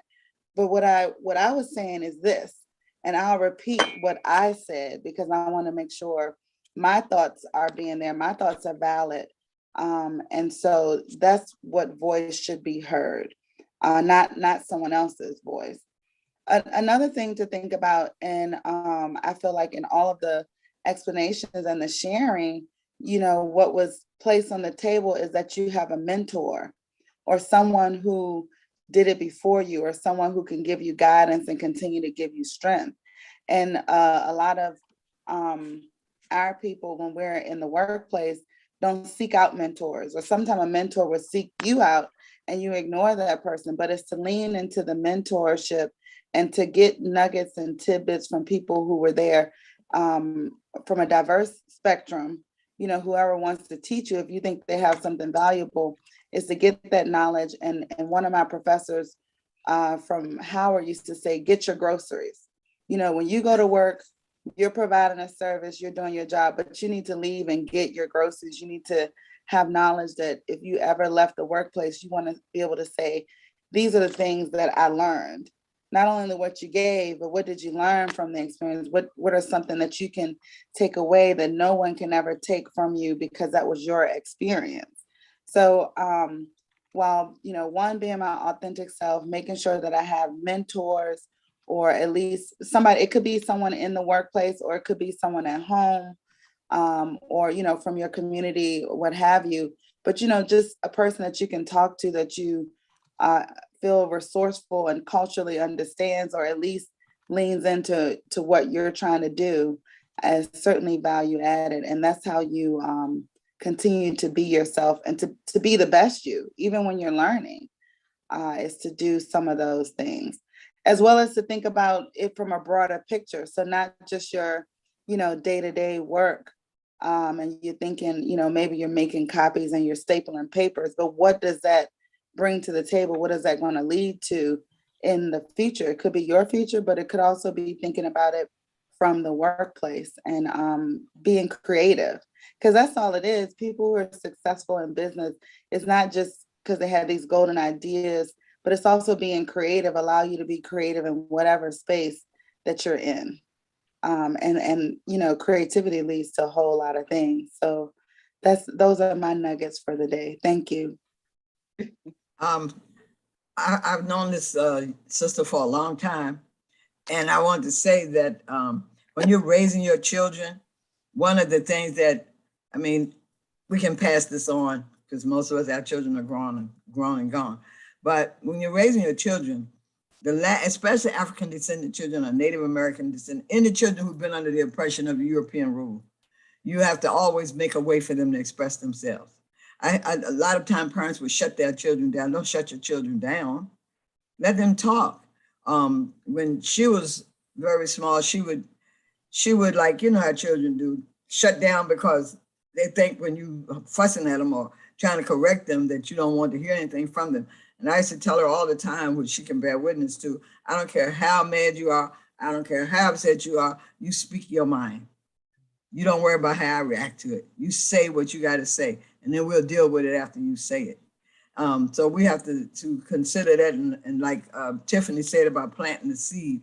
In many countries of culture, women are the farmers. They're not farming by themselves. The men till the soil and the women do the other part of the work. And they make sure that the plants are nourished and whatever has to be done. And my grandmother, she used to have one part of her yard was all herbs. Nothing went in that part of her yard but herbs. And then back behind the house were the fruits and vegetables like the tomatoes and the grapes and the pears and the cherries and the blackberries and all that stuff. And then she had another, my granddad had another section of just the vegetables and the corn and the string beans and the butter beans and all that. They had a system to the way they did things. And it's only fitting that women would be the ones who deal with the food and the marketplace. Also, you go to other countries, especially in Africa and South America, the women are in the marketplace. So this is a wonderful opportunity and a wonderful place that the heavens and the gods have put us in this time. And we were being prepared for all of this and didn't know it. If you hadn't been prepared for it, you wouldn't be here now being able to share what this is that you have in this platform. And when we were talking about the hair, I'm not going to tell the whole history because it was powerful, but back in the day when I first came under this, what can I call it? When I first came under Rastafari, a woman had come to me in the Egyptian or Kemetic side of the museum. She had come to me through a dream, and the dream said, go to the museum.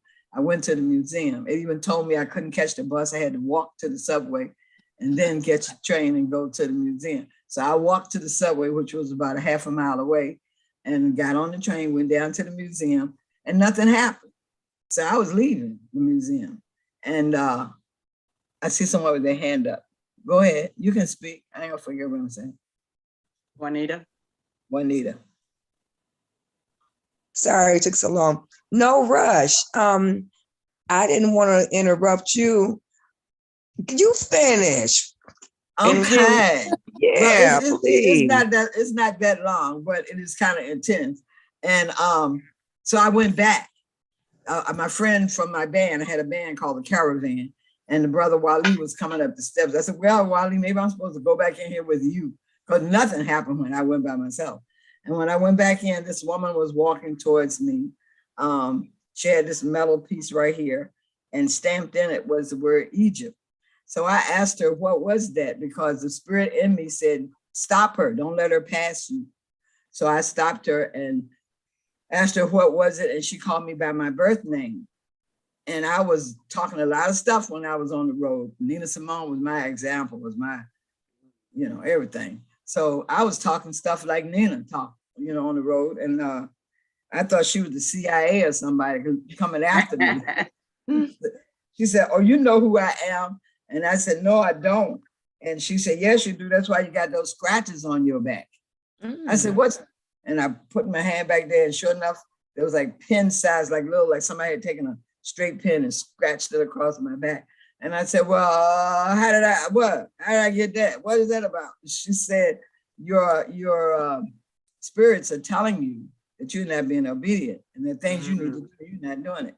So you get beat in your sleep in the night. Oh, wow. And I said, what spirits? And she said, you know what spirits? I said, spirits don't talk. She said, yes, they're talking to you. So I said, oh man, who is this woman? Was she trying to trick me or something? And I really didn't think it like that. I thought it like, well, I'm gonna make her prove who she says she is. So that's for another time, the story that's attached to that. But what she did tell me was one day, your hair's gonna get so nappy, you're not gonna be able to pull a comb through it. Now, this was 1970. And I said, ain't nobody hair get that nappy. She said, yes, it does. And you're gonna see. And sure enough, maybe a few months later, I was walking down Livingston Street in Brooklyn, New York. I love Brooklyn. Brooklyn gave birth to me. So maybe we should call it Brooklyn Elizabeth. So at any rate, I walked past this man's African store. It was the first African store in the US. And his name was Brother Nyabingi, I found out later, and he was standing in front of the store with this long white shroud on, and his hair was way past his knees. And I just stood there looking at this man, because I'm saying, God, if Jesus looked like anything, he looked like that. So he did his hand like that for me to come into the store. He never said a word. I went in the store, he put these African beads in my hand, closed my hand over the beads and walked away. And I went home, but when I turned to walk away, I said, my destiny has begun. So dramatic. And I went home and I could feel his presence. And so I would call him on the phone and say, Brother Nightbing, how you doing? Blah, blah. He said, you already know how I'm doing. Hang up the phone and do what you know you're supposed to do. So I hung up the phone and went down to his shop because I knew that's what it's just the telepathic communication was so definitive and precise that's for another part. That's for another day too. But I wanted to just share with you all that to let you know that things that are happening are already happening in the spiritual realm. They're already happening and they come down to us just like the music. And the Rastafarians taught me that the Bible says many are called, few are chosen. And the brother said many are called and few choose to answer the call. So I want to thank all of you here for answering the call, including Astaire, Tiffany, who's blown my mind today, and Hawa, and all the sisters who are here. So now I'm going to step back for a little minute and let sisters speak on what you wanted to say, sister. Put your hand up. Thank you so much. Grand Rising, my sister, Queen Goddess. I'm getting so much out of what's being shared. And as to go to the question of our guest who brought up the topic of how do you present yourself authentically in the workplace. And thank you so much for bringing this up. I had to really think in everything everyone has said has related to our physical culture. And I'm so grateful. And I'm saying physical, and I know that connects, spiritually. Yeah. But I'm so grateful because I'm such a non-materialistic person. I have disconnected myself from the significance of anything material to the extent that I can, and still, be financially independent. I don't know if that makes any sense, but I've always known that, you're gonna work a job that you can be good at and get paid good at. And, so you can have what you need and not have to depend on anybody. That's one thing my mother taught me. Coming up on Mother's Day, you make sure that you are able to sustain yourself. But to get back to the point, I just realized from today's conversation that I've been so, I'll just use the word hell bent on being non-materialistic that I have kind of like disconnected myself from a lot of this, what you guys are sharing about, our relationship with the earth, our relationship with our hair, our relationship with the way we dress. So that part, sister here ain't got no real concept.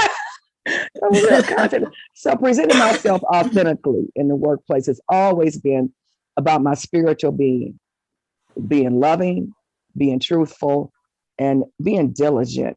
And to a fault, because I'm that sister that tell you the truth, slap you upside the head with the truth, forget to put love in front of it, and no ways gentle about it.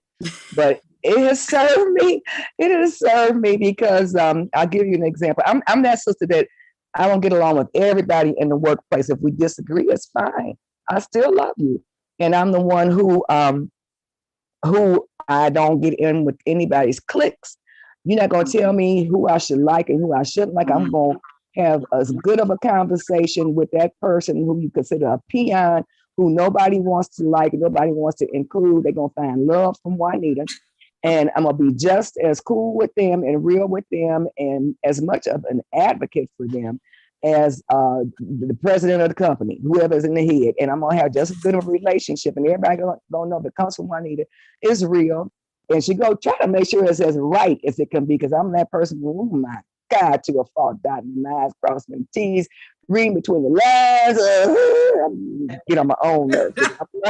I'm learning, how, it doesn't always apply. Sometimes you can relax, let it happen, and then dot the I's and cross the T before you get ready to put it in this box where it belongs and all that, But yeah, I just want to give this one story of how God will, by you standing up to be authentically you, God will make your enemies your footstool. That's right. And it happened for me. I had a boss who was my mentor. Who I'm in the construction industry. I'm a construction professional. My degree is in civil engineering, and I work for major commercial construction companies. I've been an owner's rep for Wayne State University, the Wayne State Residence Halls, Gafaria and Atchison Hall. Those two were my best projects. But anyway, how I got to Wayne State, that was like the pinnacle of my career. How I got there was the boss I was working for. Someone had lied on me to him. And this was someone I had known since he first had started his company. And he is the one who had inspired me. He said, well, just go ahead to college and get your degree. You can. I was a secretary for him.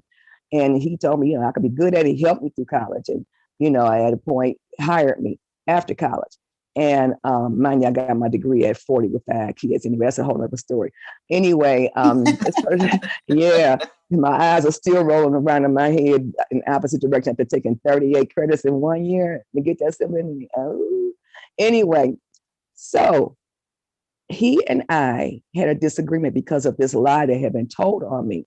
And me standing up for the authentic truth, slapping me upside the head with not so gently, He was like, but I'm the boss. I'm not the one to tell you, but you this, that, or the other, because only God, okay? And so I impolitely told him and stood up to him and said, you know what, don't take it personally. Because if you were this company president, these are major white companies I was naming to them. If you were this company president, that company president, or the other company president, we had this conversation, I'm going to tell them the same thing, because what's true is true and what's right is right. It's just that simple. And he didn't want to hear it. And so he said, well, if that's the case, you're fired. Pack my things. pack my things. His right hand, who a white guy, I think he's trying to show. My boss is black. White guy, who I think is trying to show out for, came and behind me. Juanita, we need you to tell us the status on your file. I said, you don't need me to say nothing. You don't need me to do nothing, but to get up out of here peacefully while I can remain peaceful about it. You need to let me pack my things. And so I did that. And the last thing I packed was a calendar off the wall. It was a Dunkin' Donuts calendar. And I set it on the top of my box with everything, all my belongings in it. And I closed the calendar and the cover said, something fresh is brewing in here. And I took it. And Lord, it was so true.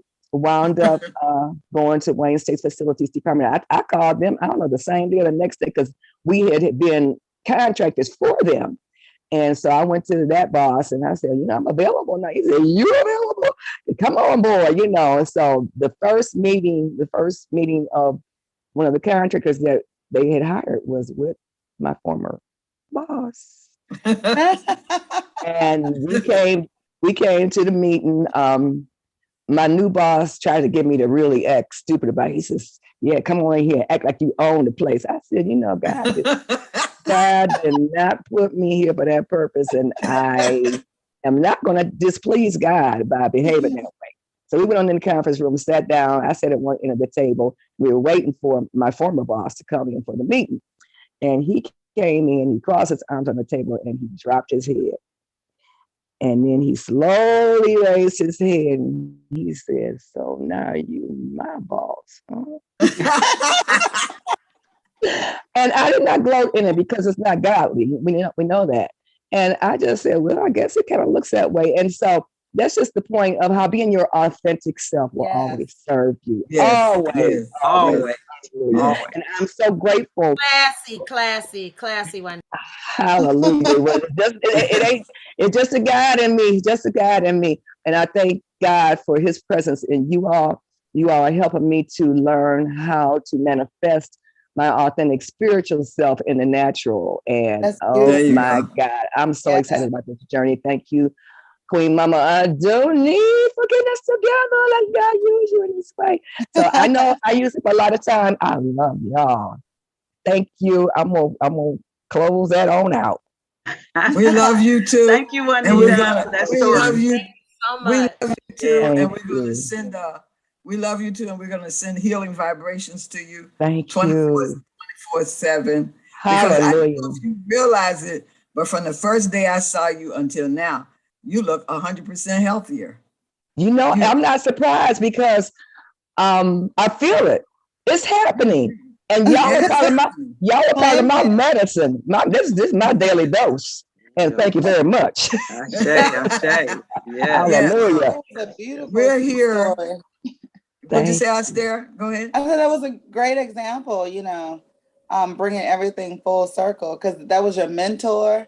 You were being authentic. Your authentic self is spiritually led. It's wonderful, and you had the substance. You dot your I's and cross your T's. And Well, y'all, stood your ground. yeah, Yeah. and y'all pray with me on this because I've been out of that industry since '06, and I'm being called. I'm being called by him, Oh my goodness. my mentor, because I have. Yeah, I got an email. It's like, I really thought that, here I'm about to be 68 years old. I always want to go back into construction because I love it. But that little white boys network, they ain't ready for me. And and then I go, you need to you should start looking at, look at numbers. Okay. 6 and 8. Number What is 6, 8. What is 6 and 8?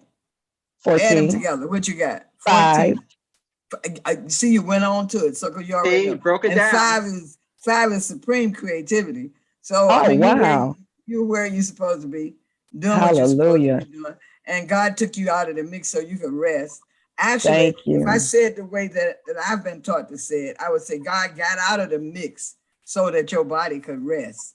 Thank you. One of the questions they ask in a source said is, what does God look like? Hello, in the mirror. I am.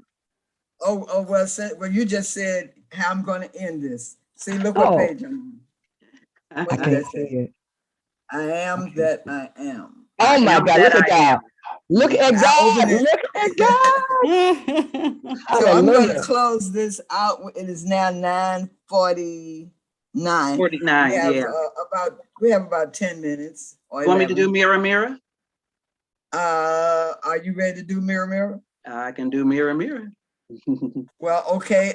Anyone else has anything you want to contribute before we move to the next phase of this discussion? No, I just want to say thank you. I'm about to thank you, Astaire. You're about to work on another project now, but thank you so much and have a wonderful day, everyone.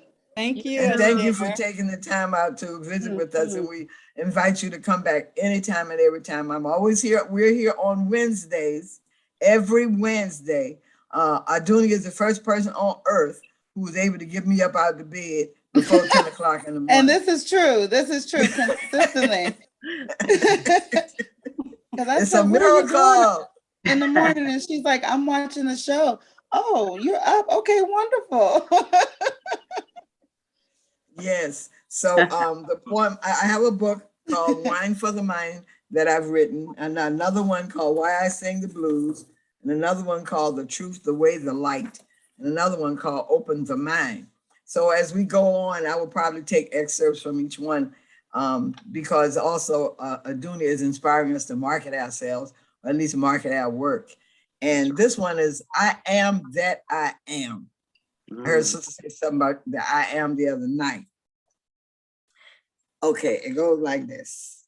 I am, check out the first thing I am. I am the farmer who plowed the fields I never owned. I am the father who brought forth children I've never known. I am the mother whose children were taken that I never raised. I am the sister whose brother was sold and we never played. I am the grandmother who for my family's freedom I always prayed. I am Aunt Sarah, upon whose back was felt great pain from the lashes of the whip again and again. I am the brother who only in the grave found release from pain. I am the wind of Sankofa coming to guide you home again. I am your ancestor whom you have always been, a whisper in your ear, a nudge upon the chin. I am Oya, the breath of life, the bed of death. I am my grandmothers and grandfathers. I am Mary McLeod Bethune. I am Marcus Garvey. I am Nina Simone. I am Langston Hughes. I am Zora Neale Hurston. I am Mahalia Jackson. I am Ella Fitzgerald and Marian Anderson. I am Satchmo and Miles and Duke Ellington. I am Sarah Vaughan, Carmen McRae, and Betty Carter. I am Ma Rainey, Bessie Smith, and Laverne Baker. I am Lady Day, John Coltrane, and Professor Thomas A. Dorsey. I am Hughie Ledbetter. I am the Honorable Elijah Muhammad, Nkrumah, Malcolm, and Martin. I am Baba Olatunji, Sun Ra, Faye La. I am Garrett Morgan and Louis Latimer. I am John Stannard and Jan Metzlinger. I am Joe Lewis, Jack Johnson, and Althea Gibson. I am Sarah Boone and Sojourner Truth. I am Queen Nzinga and Queen Mother Moore. I am Nana Yaa Santawa. I am Noble Jew Ali. I am Chief Crazy Horse and Sitting Bull. I am Tupac Shakur. I am the winds of tomorrow waiting for you. I am the strength within that will get you through. I am you and you and you and you. I am that I am. I say. Hallelujah. Hallelujah. Yes. Hallelujah. Yes. Y'all can have the book at home. Hallelujah. Thank you all. And so Ashe. Howard, it's 9:53. Is that enough time to do the mirror thing? At the end of our show, we all have to leave away with a little homework. And my homework is mirror, mirror. You might have heard this or done it before. But what I want you to do on this week is to start with a small mirror. I want you to take that small mirror and I want you to look into your eyes. The eyes are the window of what? Your soul. The eyes don't lie. Let them speak to you. Let them talk to you. Talk it out. Talk it out. The chatter in the head, let it chatter, but just stare into your eyes. And when you're finished with that little conversation that's going on between your soul and yourself, then you turn around and you say, I love you. I love you, Hiwa, and I accept you. Ashe, Ashe, Ashe. Ashe. Ashe. Ashe. I want to thank you all. I really enjoy every morning, to my surprise, that I get up to do this. You know, I'm accustomed to being up late at night because as a musician, we all did everything late at night. You left the event late at night. You come home, you're wide awake, you're so energized. So most of the time I'd be going to bed at the time I should be getting up. So it's interesting to see this reversal of customs. And please, everyone, enjoy your culture, whichever culture you embrace. It matters not, because in my studies, all of our cultures are parallel to one another. Even from the information that I was teaching as a person in the Christian church, I was teaching about love. So I still teach about love, and love is all. Love is all that there is. Even the word love has evolved, the beginning of the word evolved in it.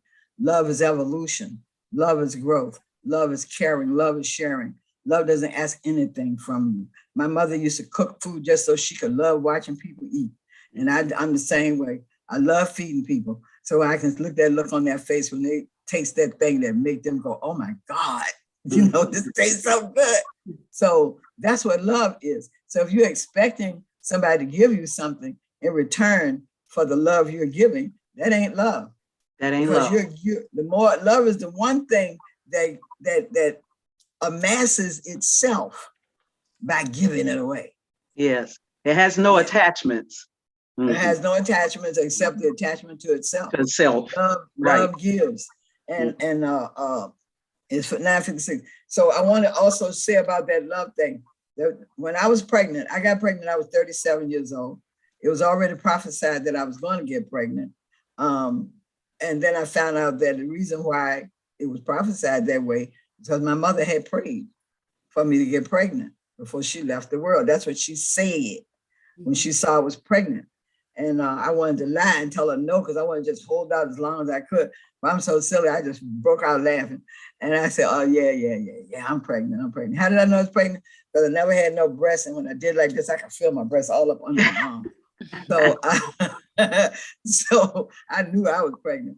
And the child, it was prophesied, the Babalawo, you heard, I think Howard mentioned, or Astaire mentioned, the Babalawo in Yoruba culture, as in all cultures, there's a person who gets trained to hear, feel, and see the vibrations of the spiritual side.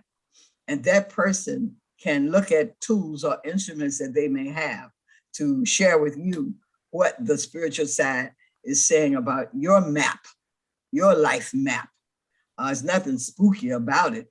I can read people without having a tool. I only use the tool so they can feel comfortable.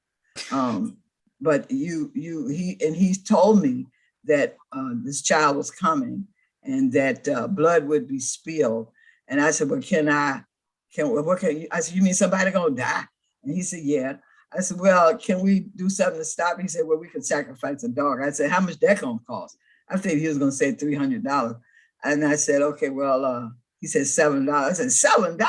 Yeah, take it. And I gave him the $7. Well, you may, anyway, long story short, he didn't do it.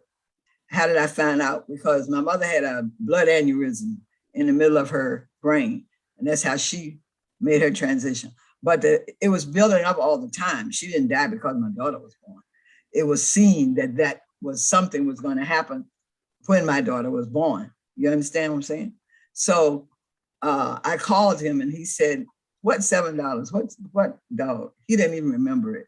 I said, well, this would have been our opportunity to test whether the ancestral culture worked or not in terms of making sacrifices to save somebody. But we'll never know because we didn't do it. But what I don't want you to feel in a way about it, because I'm a scientist. I wanted to know what's the science behind it. And I study science. That's what I study.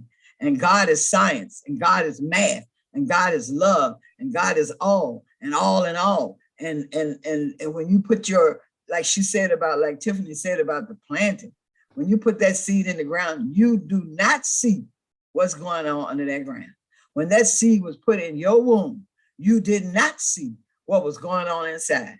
All you know is that at one point something shook, and another point something pushed, and you could tell and you could feel. Look at that, sister. Mama had that root. And you could feel this life force. And there are women who, once they have the baby, suffer from something called postpartum depression because they don't feel the presence of, I call it the presence of God. They feel like it left them. And so they don't, and some of them, because they feel that way, don't even think they were ever pregnant. It's amazing what the mind can perceive and cause you to BELIEVE. Like I told you all the other day, believe has lie right in the middle of it. So think about the things that we're sharing. I would love to go on and on and on, but now it's 10 and got to cut it off. I love y'all. Thank y'all for being here. For everybody who's ever had a child, may the universe continue to bless you. And don't forget the memory. Don't forget what that felt like. Remember that energy because you carried God. Amen. Amen. Amen. Ashe. Ashe. Namaste. Ashe. Everyone, release your unmute yourself and just give Mama Ayabe. That's okay. You can call me whatever you like. Ayabe. Just don't call me late for dinner. Dinner, right? Mama Ayabe. Yes. God bless y'all. Love you. And Mama Hawa, let's just thank you. Thank you. Yes. Thank you. Hawa. Thank you. I am here. I'm present. Yes. Thank you. Ashe, ashe. Have a wonderful, wonderful day. And tomorrow morning. Thank you, Queen Aduni. Thank you as well. Thank you. Now Wheelie will be presenting tomorrow or hanging out and guiding us with her team. So I will see you, and then I will see you. I will in a different position of presentation on Friday. Okay. I love you. Peace out. Love y'all. Peace out.